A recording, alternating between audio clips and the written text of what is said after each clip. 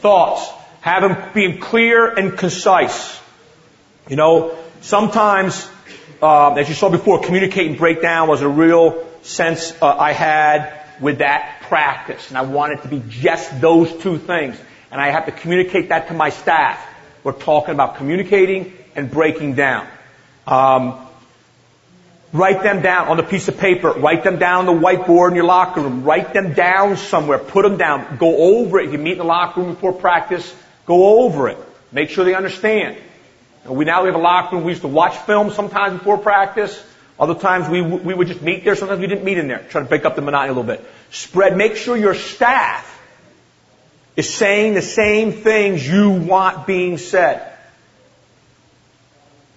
Make sure your staff is saying the same things you want said. So you're consistent throughout. Write on a whiteboard, support in your practice plan. You know, I remember times coming out of practice going, you know, I told them we're going to do X today. X is really important. We really need to do this. And then we didn't do it in practice. Well, you're not supporting it. Make sure your practice plan supports. Make sure your comments at practice support it. Make sure your comments always support what you're doing in practice. What's the theme preparing for the next game? You know, is it ground balls? Make sure you're talking a lot about ground balls. Make sure you practice a lot about ground balls. Maybe it's an extra man down game.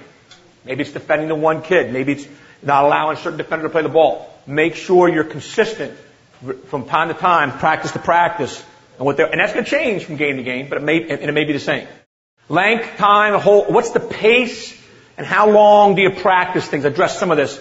I really believe I used to be a 2.5 hour practice guy, and I think it's too long. I think they get bored. I think it's probably some standing around. I think practice should be 2 hours. You know, once the season begins. A couple years ago, I had a team I loved. They were great. Day before games, we went 45 minutes. They got everything. And my challenge to the team next year that wasn't so good, I said, look, you determine how long we go. If you get the things we're asking you to do, and you prepare well, we'll be out of here pretty quick. This team was special teams that your coach made an unbelievable group of seniors who made everybody jump on board what we were doing. Day before games, we went 45 minutes. We did like stretch. We did like shooting pre-practice and cross fields. We'd stretch, do a little bit of stick work here, go man up, man down, and be gone. Maybe a special situation, and be gone. They loved it. So I think an hour and a half the day before a game, and I think you got to watch in that practice, if it's the day before a game, an hour and a half would be good enough. How much running are you doing? How much running are you doing in that practice? We have a drill called last touch. It's a 5-on-4. The middies run from one end of the field to the other in a 5-on-4. The last guy touches it, runs back and plays defense. That's not the day before a game drill, because your middies are going to die. Stick work. I think also length of practice, split things up. Stick work, 6 to 8 minutes each. Do a handful in 3 minutes. In 20 minutes. You gotta do a bunch of stick work. Do more than one.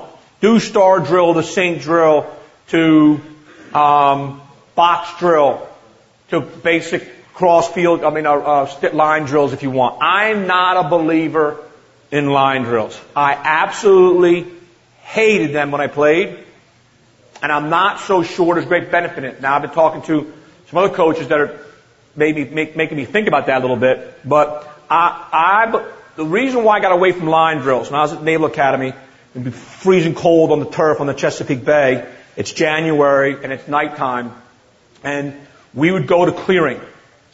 We did line drills before practice, typical right outside, left outside, change hands, ground balls, did line drills.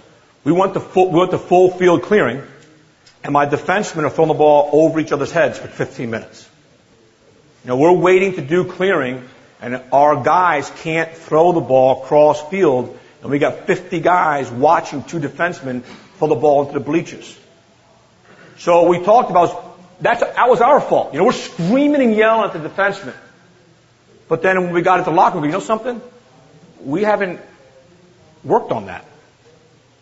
And part of the reason why we're screaming at it is because all these kids are watching and it's cold. That's our fault. So we need to, in stick work, do cross fields, do breakouts, and learn to circle, how to circle, and then throw the ball across field. So everything we try to do is a little bit more of practical to how things are in the game, so now we can throw the ball across field when we go to full field. That was our fault those kids couldn't do it, not theirs.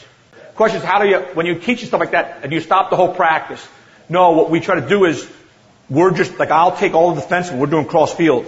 All the middies are maybe doing driving down the alley and shooting. All the attackmen are doing question mark dodges. So we're doing much smaller group. Our stick work may be by position specific. You know, our middies are trying to catch the ball over the shoulder. Our defensemen are catching the ball over their shoulder and circling for the ball across field, or just standing still from the ball across field. So rather than having the whole team there, we're going to be more position specific on what kind of throwing and catching that position does. So that when we go to the whole group, they've already done it. Yes. The question is, our pregame practice, we always do stick work and stretch as if it's the same thing a day of the game. A couple years ago, we didn't do that. And we were all pissed off when they're stretching for the game because they didn't know what the hell they were doing. It's different than we do normally. That was our fault. One of the things, so the day before the game, we stretch and stick work the exact same way we do for the pregame. We just shorten it way up. So it doesn't take 40 minutes. That stays the same, and the day before the game is the same. Now once we finish the stick work and that kind of stuff, then we would normally do 10 minutes of shooting in preparation for the game. Day before we might only do 5. Because normally before we stretch, we've done some shooting already. So we'll shorten it down a little bit. Yes. We don't, well, it depends upon who you talk to, but we don't have, I don't believe, he's laughing because he knows where I'm going. We don't have a feeder system. Now, you see these kids here with the Bayhawks on? That's a youth program I run. So, some people believe that that's the feeder system. And we have benefited from that because they know what we're doing. The kid, Jason Gonish, who's a sophomore at Harvard, we started the club team when he was a 7th grader. He went to England with me for 2 weeks. He walked onto the field as a freshman. He knew our nomenclature. He knew our philosophies. He knew everything we're doing. He jumped right in and started as a freshman. It didn't help that, it helped that he was 6'2" and 180 pounds and could run like a deer. But he understood everything we're doing philosophically.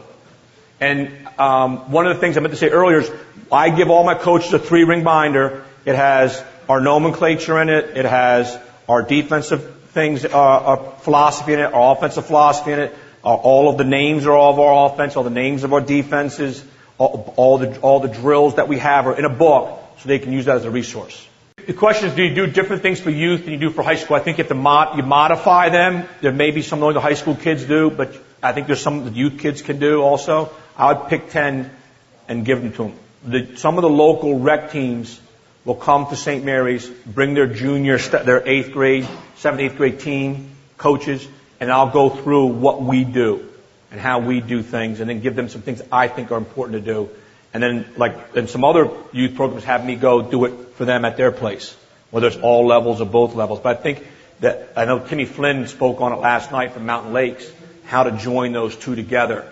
And I think there's real value in there. And having those kids come watch your practice, or you go in and teach them the drills, I think it's great. I think it's something I would definitely do as a high school coach at a feeder program.